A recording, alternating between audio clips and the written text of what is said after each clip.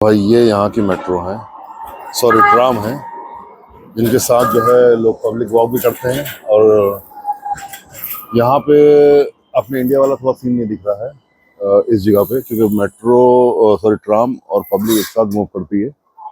तो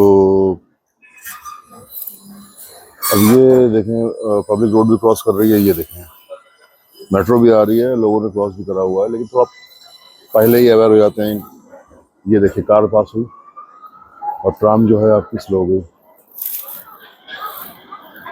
और ये भी एक देखें, ये इनका कोई ओल्ड आर्किटेक्चर है।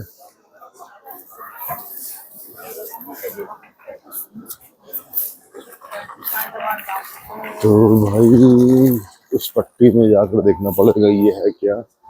ये है कोपरलू मेहमद पाशा कामी 1659।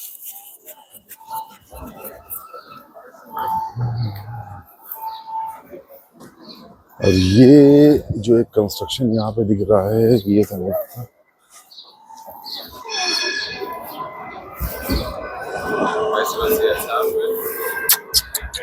आओ आओ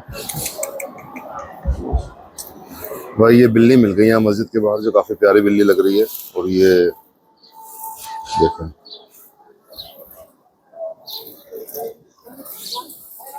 तो बिल्लियाँ तो भाई बहुत पसंद है। ये भी भाई सिमेंट्री ग्रेवयार्ड है, ये यहाँ पे देखें भाई सब दुआएं कर रहे हैं खड़े होके। लेकिन भाई बाहर से देखने में बिल्कुल भी ये ग्रेवयार्ड वाली वाइब नहीं आ रही थी। हालांकि वो बंदा खड़ा होकर उनके लिए दुआ कर रहा था, तो थोड़ा सा लगा कि हाँ भाई ये ग्रेवयार्ड ही है। और ये यहाँ पे लिखा है इस्तांबुल फाती ओजल मुराद मोसुल। नहीं नहीं नहीं, ये रेस्टोरेंट है, इस सीमेंट्री का ये एंट्रेंस नहीं है। आई थिंक दूसरी साइड से होगा।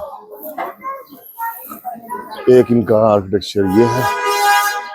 और ये भाई दोनों साइड इतने इनके आर्किटेक्चर है कि हर बार फान के इस तरफ से आना इस तरफ से जाना थोड़ा हेक्टिक हो रहा है। तो let's see how much I can cover from the videos, क्योंकि हर एक गली और हर एक नुक्कड़ का रील बनाना या वीडियो बनाना काफ़ी हेक्टिक होता है। बहरहाल थोड़ा सा बाहर से इसको दिखा देते हैं कैसा है। ये है, और उस बंदे ने जो बताया था वो बताया था कि सामने मेट्रो और ये रोड क्रॉस करना बेहतर होगा। ये सामने आया सोफिया मस्जिद बताई थी। तो अभी ये जो सामने हमारे मस्जिद है या जो ना ये चर्च यार्ड है आई थिंक। तो एक बार अंदर चल के देखेंगे यहाँ पे क्या है। ये लिखा हुआ है सुल्तान महमूद। ये भाई आप लोग पढ़ लेना, हम सीधे अंदर ग्रेवयार्ड में चलते हैं, देखते हैं क्या है।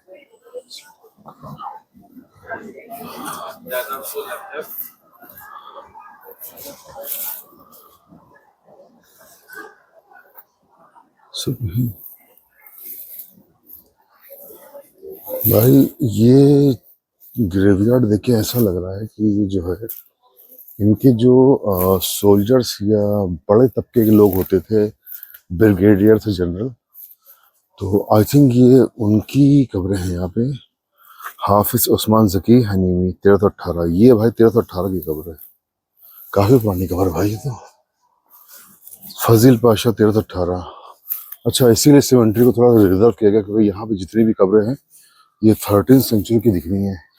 1335 ये देखिए, 1338, 1324। तो आई थिंक ये कोई हाई कमांड्स ही होंगे। 1308, तो ये मेरे ख्याल से कोई हाई कमांड्स के लोग होंगे जिनके पास पावर्स होगी, तो उनकी कब्रें हैं। अब ये हजीने खयासी अहमद इसरिफ बे, ये कोई सरदार थे, क्योंकि बे जो वर्ड होता है वो किसी सरदार के लिए यूज होता है। तो उस जमाने में जो भी ट्राइब्स होंगे आई थिंक ये उसके सरदार होंगे। अब ये हकीम है आई थिंक, क्योंकि लिखा है डॉक्टर इब्राहिम पाशा। हालांकि पाशा का लफ्ज जो होता है वो भी इनके कल्चर में किसी हाई कमांड से होता है, बट ये डॉक्टर भी थे। और ये क्या लिखा है, दामाद हसन हुस्न पाशा। भाई आई डोंट नो ये इनके दामाद थे या क्या था। इस वर्ड को आप लोग गूगल कर लेना, दामाद अताउल्ला पाशा। भाई टोटल 30 सेंचुरी की है ग्रेवयार्ड है टोटल। कोई भी इसमें अभी तक ऐसी नहीं दिखी कि 13 सेंचुरी से आगे की हो, 14 या 12 की। ये थोड़ी हाई क्लास की लग रही है। ये भी लेटेस्ट है, सुल्तान सेकंड अब्दुल हमीद खान, सुल्तान ज़ादे उस्मान, नमी उस्मान, गुलू रूहाना फातिह, 13 जनवरी 1918 से 15 जुलाई 2010। आई थिंक ये जो है मेरे ख्याल से ये रॉयल फैमिली के कोई बंदी थी, रूहाना फातिह, या पता नहीं एग्जैक्टली, बट देख के तो ये लग रहा है। और ये भी 1916 से 87, यानी कि ये जो 13th सेंचुरी कवर है, उसके बाद यहाँ पे इनको जगह दी गई है। ये रॉयल फैमिली के ही कुछ, ये शहजादे सफेद नफिंदी कीजी 1904 से 1980, ये 19th सेंचुरी की कब्रें हैं। आई थिंक ये सब उनके रॉयल फैमिली के ही पार्ट होंगे। 1924। चलिए देख लिया इसको भी, अब चलते हैं यहाँ से। बहरहाल जो यहाँ पे मौजूद है उनके लिए बस यही अल्लाह से दुआ करेंगे, अल्लाह इनकी आसानी का मामला करे। और हम भी इनके बाद यहाँ पे आने वाले हैं, और ये अल्लाह ही बेहतर जानता है कि हम किस ज़मीन में दफन होंगे। तो अल्लाह इनके लिए भी आसानी करे, और हम लोग जो मौजूद हैं हम सब के लिए भी आसानी करे। तो इस ग्रेवयार्ड में मोस्टली जो मैंने देखी ग्रेव्स, वो 13th सेंचुरी की थी मोस्टली। आई थिंक 80% से ज़्यादा जो है 13th सेंचुरी की थी, और कुछ जो कब्रें थी वो इनकी रॉयल फैमिली की थी, जो थोड़ी अच्छी बना रखी थी।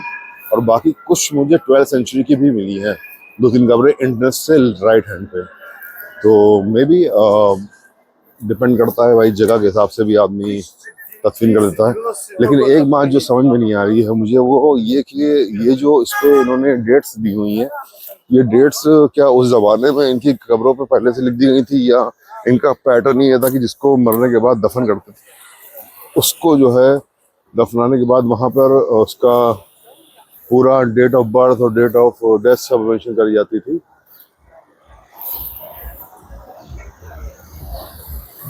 ये येलो वाली वाइट टैक्सी है यहाँ पे, जो बहुत ही महंगी महंगी है, और इनकी एक अपनी ऐप है बिताक्सी नाम से, तो काफ़ी एक्सपेंसिव है। और इससे आने जाना मुझे समझ में नहीं आया, क्योंकि कल मैंने एक बार धोखा खाया था। मुझे लैंग्वेज प्रॉब्लम की वजह से अपना होटल और एयरपोर्ट के बीच का डिस्टेंस कवर करने में प्रॉब्लम हो रही थी। तो मैंने जहाँ तक मेट्रो ने मुझे छोड़ा, उसके बाद मैंने करीब 1400 कुछ टर्किश लिरा दे के अपने होटल तक की टैक्सी बुक की थी। बुक क्या की थी, रोड साइड खड़े थे, मैंने उससे पहले ही पूछ लिया कि भाई कितना पैसे लोगे, तो उसने कहा 1300 रुपये प्लस टैक्सेस। तो ये थोड़ा सा है कि टैक्सी से अवॉइड करें अगर आपको घूमना है। ओटोमान फोटो फिनिश, ये थोड़ा सा आई थिंक ये जो भाई है ओटोमान फोटो पैलेस, ये ओटोमान एम्पायर से इंस्पायर होके उनके कपड़े वपड़े पहना के फोटो खींचने का कोई इनका है स्टूडियो, जहाँ पे ये जो है फोटो खींचते हैं। $8 या फिर 7 यूरो या फिर 350 टर्किश लीरा में ये फोटो खींचते हैं। जिसमें पूरा कॉस्ट्यूम देंगे आपको, और जैसे कि सामने देख रहे हैं इस तरीके से कपड़े वपड़े पहना के फोटो खींच दी जाएगी आपकी। तो है अच्छा अट्रैक्शन है भाई, जो खिंचवाना चाहे फोटो यहाँ पे खिंचा सकते हैं, एक मेमोरी बन जाएगी उनकी। तो अच्छा लगा थोड़ा देख के, इंटरेस्टिंग था ये पार्ट, थोड़ा इंटरेस्टिंग लगा इतनी देर में कि रॉयल फैमिली जो ओटोमान एम्पायर का था, उनके लोगों का ड्रेस कैसा था, उन कैसे वो लोग जो है कपड़े पहनते थे, तो वो थोड़ा सा इंटरेस्टिंग था। अब फिर हम कूद फान के दूसरी तरफ जाएंगे, मेट्रो अभी नहीं आ रही है, और यहाँ पे भी काफ़ी टूरिस्ट अट्रैक्शन दिख रहा है। ये सामने 2-3 मॉस्क हैं जो उसी पैटर्न की है, बट बनवाने वाले दूसरे होंगे। कब बनवाई है थोड़ी सी उसकी डेट मिलेगी, लेकिन पैटर्न ऑलमोस्ट सब कुछ वही है। और आई थिंक आई गेस ये सामने जो दिख रहा है, ये मे बी दिस इज आया सोफिया, ये पियर के पीछे है, और दूसरे साइड से ज़्यादा अच्छा समझ में आएगा कि दिस इज आया सोफिया और नॉट।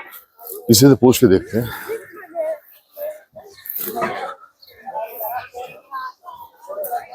सलाम अलैकुम Gardish, this is Hagia Sophia.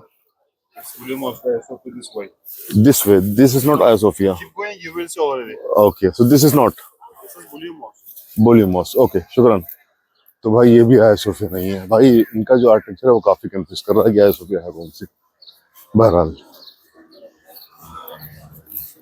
तो उसने बोला कि इसी रास्ते में जब आप जाओगे तो आपको सामने हाया सोफिया मिलेगी। अच्छा, ये थोड़ा सा इनका कुछ ओल्ड टाइप कंस्ट्रक्शन है, I don't know what is this, लेकिन ये कवर्ड करा है, दैट मीन्स की कोई अपनी वेरिएशन होगी। ये वहां से स्टार्ट होके यहाँ पे खत्म हो रहा है। और ये भाई मैंने इस तरह की बर्ड्स तो नहीं देखी थी आज तक अपनी जिंदगी में पूरी। ये भाई आप लोग भी देख लो इस बर्ड्स को, एक बॉडी ये है और एक ये है। आई डोंट नो इस बर्ड को क्या कहते हैं। ये सामने जो है ये इनका काफी ओल्ड कंस्ट्रक्शन दिख रहा है। आई थिंक मुझे याद आ रहा है जब मैं रोम में था तो इसी तरह के उनका भी हिस्टोरिक एरिया था जो डैमेज हो चुका था, उसको भी इन्होंने इसी तरह से कवर कर रखा था। पब्लिक एंट्री नहीं थी बट वहाँ के स्टोन्स, वहाँ का डैमेज कंस्ट्रक्शन सबको उन्होंने जो है एक बाउंड्री में कर रखा था ताकि लोग उसको भी देख लें, टूरिस्ट के लिए अट्रैक्शन बन जाए। और ये है मॉस्क जिसका उस बंदे ने मुझे अभी बताया था, भुट्टा वाला भाई था, वो भुट्टा बेच रहा था। तो इसकी मीनारें हैं और ये एक बिल्ली मौसी बैठी हुई है, तो इनसे जरा देखते हैं भाई काटती तो नहीं है। नहीं भाई, भाई ये बिल्ली काटती नहीं है।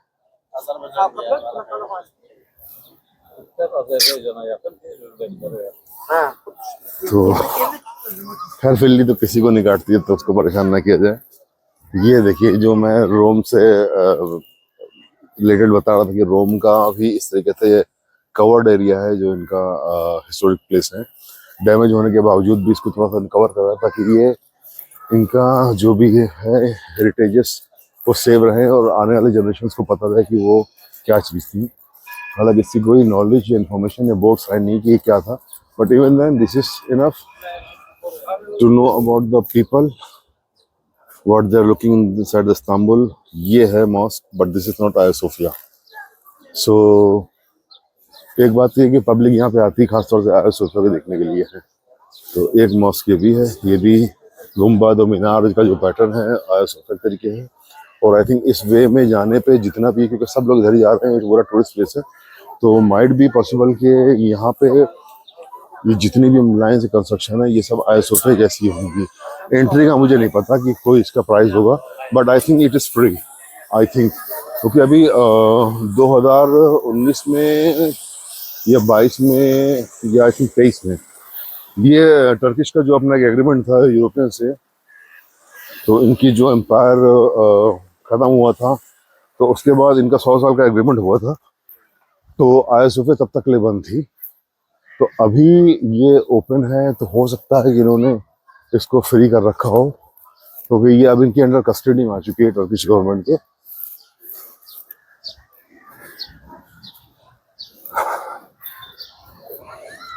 बस वीडियो लंबी हो रही है, नेक्स्ट वीडियो में थोड़ा सा इस पार्ट को कवर करते हैं।